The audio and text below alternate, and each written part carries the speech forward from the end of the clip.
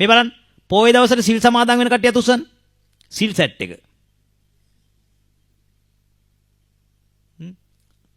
අතන කන්නාඩි දාපු උපාසකම්ම සිල් සමාදන් වෙන්නේ නැහැ. අර මහත්තයා ගාව. තාම නැහනේ. ඈ? අතුස්සන අතු. හැමදාම නැහැ. ඔව් ඉතින් මාසෙට එක පොයන්නේ ඉතින්. හැමදාම නැහැ. එන හැම පොයෙටම නැහැ.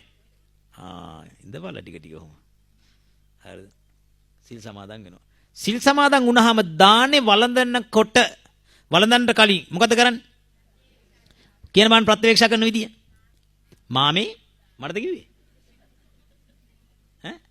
මාමේනේ බාප්පේ. මා මේ ආහාරය වළඳන්නේ. මුන්ද පැනපු ගමන් මාමේ කිව්වා. මා මේ ආහාරය වළඳන්නේ මොකටද? ජවයේ පිනිස නොවේ. මදේ පිනිස නොවේ, gediye පිනිස. හරි. කියන්නේ. ඊට පස්සේ අඩු දැන් පුරවා ගැනීමට නොවේ. කියන්නේ තව.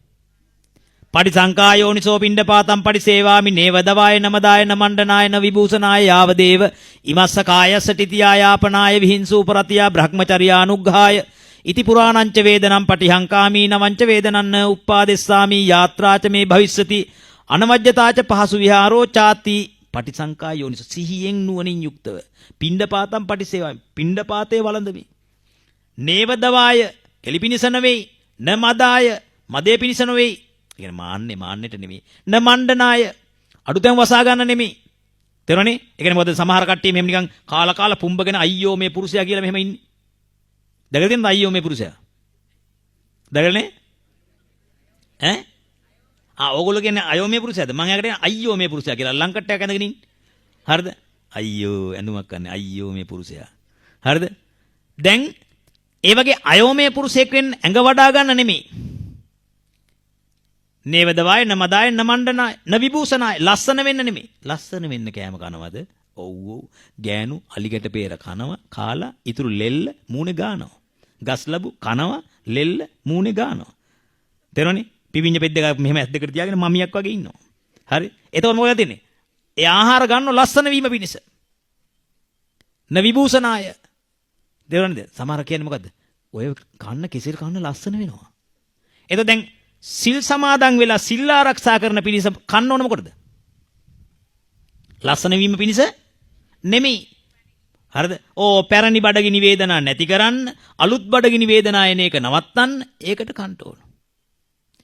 ඊට පස්සේ යාත්‍රාච මේ භවිස්සති. මේ ජීවන යාත්‍රාව යන්තම් ගැට ගහගෙන ගෙනියන්න. ඒකනේ පොය දවසට කන්නේ. ඒකට නේද පොය දවසට කන්නේ. ඒකනේ කන්නේ. එතකොට දැන් අපි හිතමු ඔයාට අයිස්ක්‍රීම් එකක් ලැබෙන්නේ නැතුව අර හරියෙන් අයිස්ක්‍රීම් යනකොට මේ අක්කා අයිස්ක්‍රීම් මෙහෙට ගෙන්න. ඒ මොකද්ද? මදේ පිනිස නෙවෙයි gediye පිනිස.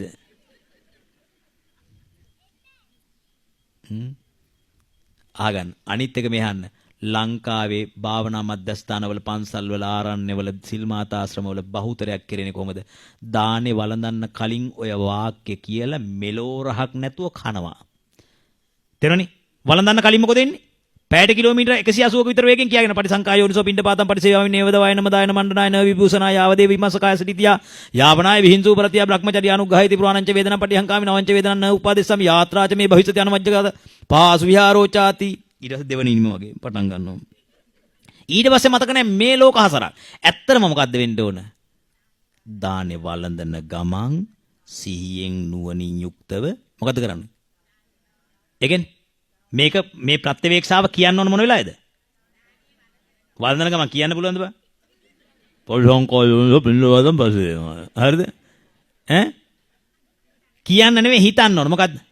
අම්මපා මම මේ ටික කන්නේ මගේ මේ කය පවත්වා ගැනීම පිණිස පමණයි. මේක ආයි ලස්සන වෙන්න හුරතල් වෙන්න එව්වට නෙමෙයි මේ සාසන බ්‍රහ්මචර්ය.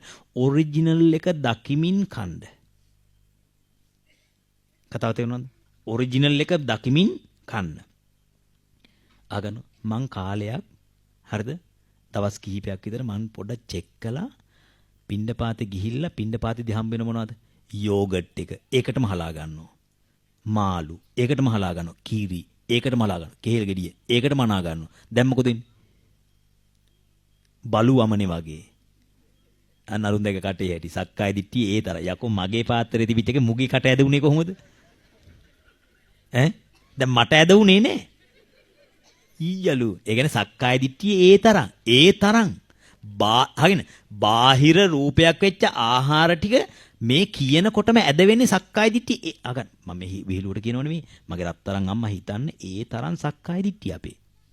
මම ඕගොල්ලන් මේ ජොලි කරන්න මේ බණ කියන්නේ. නෑ හිතන්න මේ වචනේ කියනකොට ඒ මට්ටමට එනවා කියන්නේ මොකද්ද? සක්කාය දිට්ඨිය ආයෙමින් නහරයක් ගානේ දුවලා. ඒ තරම් සිත් ප්‍රබලයි සක්කාය දිට්ඨිය. මේක කඩා ගන්නයි මේ try එක.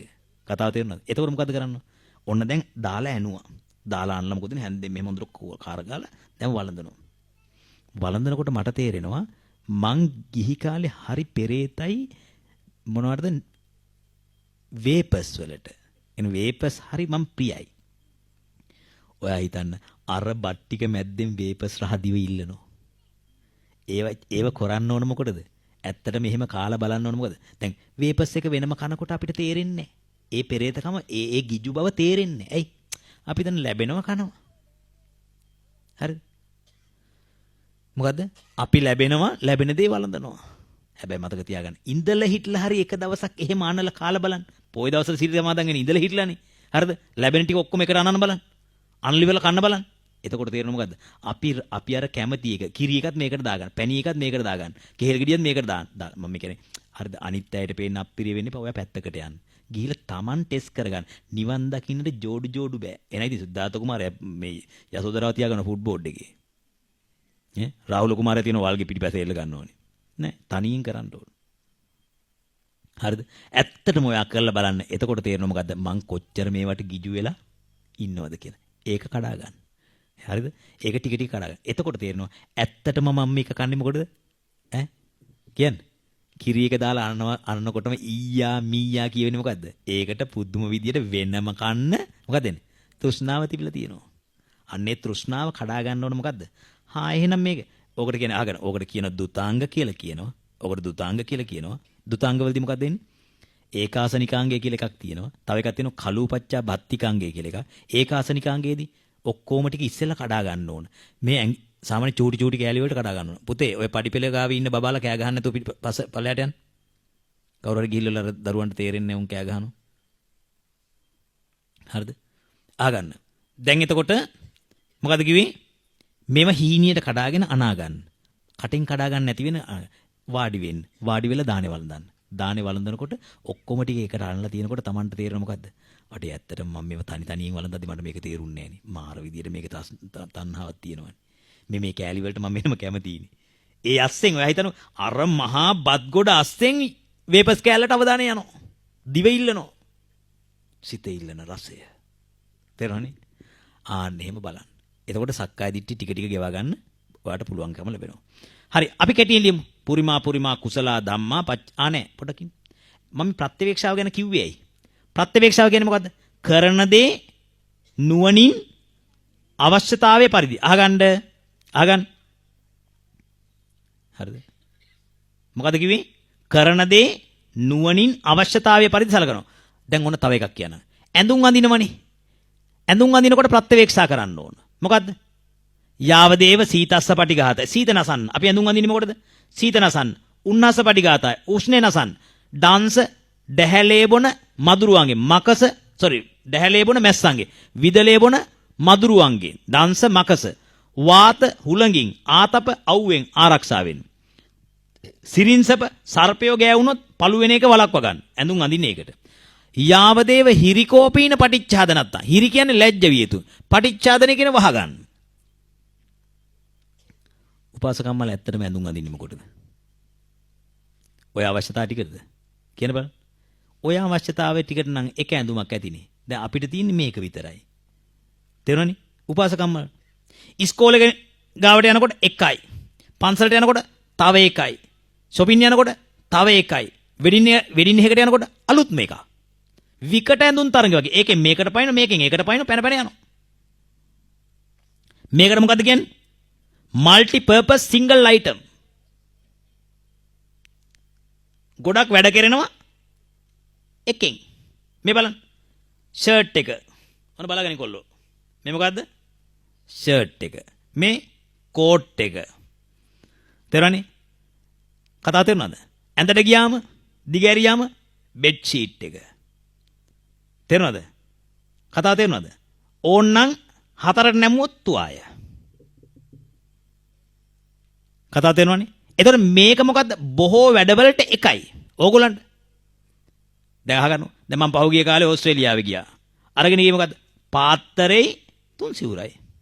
සමහරව ස්වාමීන් වහන්සේ බෑග් එකක් නැහැ. ওই ටිකෙන් ඇද්ද? ඇති. දින 10ක භාවනා දේශනා වැඩසටහන් වලට ගිහිල්ලා දින 10ට මම 3 සිවුරයි පාත්තරේ විතරයි. පැහැදිලිද කාරණාව?